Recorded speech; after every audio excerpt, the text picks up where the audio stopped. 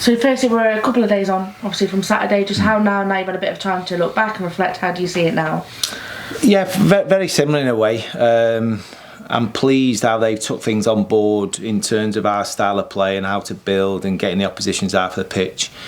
Clearly, that's where we're lacking, and we're not hiding away from that. Me, the players, nothing. We have to be better in that final third. We have to make better decisions.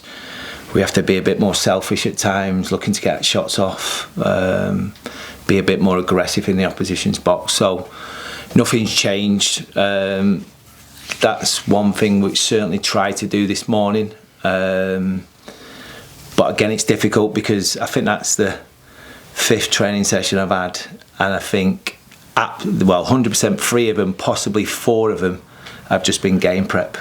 I've had literally one proper coaching session where we could get 5 or 6, maybe 7k into the lads' legs and work on a bit of intensity. So it's not great timings in the games and stuff, but from a message point of view, when you watch a game back as a coach, and all managers do, it tends to be never as bad as what you think, and sometimes never as good as what you think, depending on obviously the result.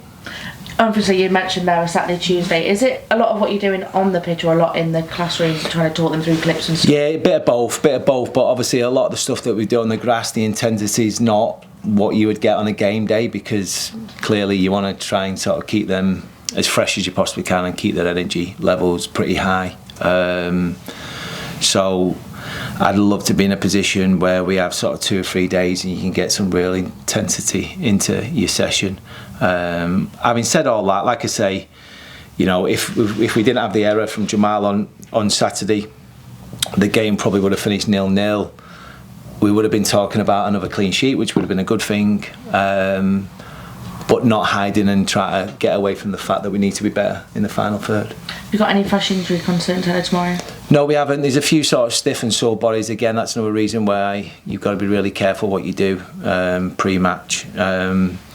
But Ricardo potentially sort of could come back in. I think I mentioned he rolled his ankle. So as long as he has no reactions from what he's done today, he'll be available to be in the squad. I just wanted to ask you about Leo Castledine, because we haven't heard a lot about him since the previous manager was here. I just wondered where he stands, if there's any chance that we'll see him again. No, I don't think so. He's gone back to Chelsea. It looks like his season's probably sort of done from an injury point of view, which is a shame, because he's got qualities. As a lot of those sort of young players from the top clubs have. So, I think we've been a little bit unfortunate when injuries go. Obviously, Verdane's still looking doubtful this season, but there's a little bit of a glimmer of hope. I think I touched on in the last time I spoke to you guys. There's a little bit of a glimmer that he might make the last game or two. We spoke about the defence and going with clean sheets on last Tuesday. In attack, they've only scored 1 goal from open play in the last 9 games. How do you change that? It's difficult. It's really, really difficult, because sometimes it can be just down to confidence, and obviously when you're on a run that the club's on at this moment in time, it's easy saying, you just need to get that out of your head. But certainly at this level can be difficult. All I can do is certainly continue to put the players in a position to make better decisions, and hopefully they over time they'll have the confidence to do that. So even on Saturday, we wasted probably 7, maybe 8 opportunities to have really good half chances, maybe good chances depending on the way of the pass, and we end up kicking the ball out of play. If it was in tennis, you'd probably call it an unforced error. Just no pressure on the ball, an opportunity to slide the 8 run in, and we just slightly overhit it. Now that might give us a chance, half chance, but you don't remember it as much unless you were a coach or a manager and you look back and you watch it, and they're the things that we need to tidy up, because they'll get our tally up in terms of chances, and then obviously the more chances you get, the more chances you create, the more goals you're going to get. So repeat, and literally just keep putting players in positions where they can try and make better decisions, and hopefully over a period of time, the more chances that come, hopefully more goals will come. I just wanted to ask you about the role of George Lloyd. Obviously playing in the number 9, he can drop back and try and get into the play a bit more, but do you want to see him actually in the box a little bit more and let the opportunities come to him rather than trying to go and get it? A little bit. To be fair, I spoke to George today on a similar sort of theme. I think because of the little change up in style, he's probably come towards the ball a little bit more than he would have normally have done. That isn't his strengths, we know that. Although I'd like to think that's part of the reason that the club brought me in, because there's one thing having potential in players and a potentially return on investment in players, but I think the harder you work with them and the more you work with them on their all-round game is the difference between if they're not having success with Shrewsbury and getting promotions with Shrewsbury and they move on for whatever reason, but you get value in them, instead of them going to like a League One club, you know, the difference between sort of improving the bigger game is you might get 10 times the amount of money and they go to a championship. So it's about trying to get success on the pitch, but at the same time improve all the players and try and get the best out of them. The last 3 games, I think the best we've seen of Lloyd was in the Wigan game because he stayed a little bit higher.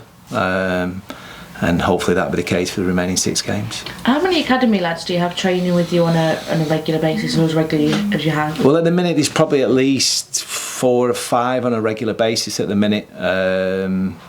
Still trying, and they're actually rotating, so I'm still trying to get used to their names on a regular basis. So I like working with a number of around 20 most days, and obviously from a numbers point of view we're a bit limited with the pros that we've got in the club. So it's good for them. They get to see what we want to do and how we want to do it, and the more exposure they get with me, obviously the more contact and eye contact I'm going to have on them.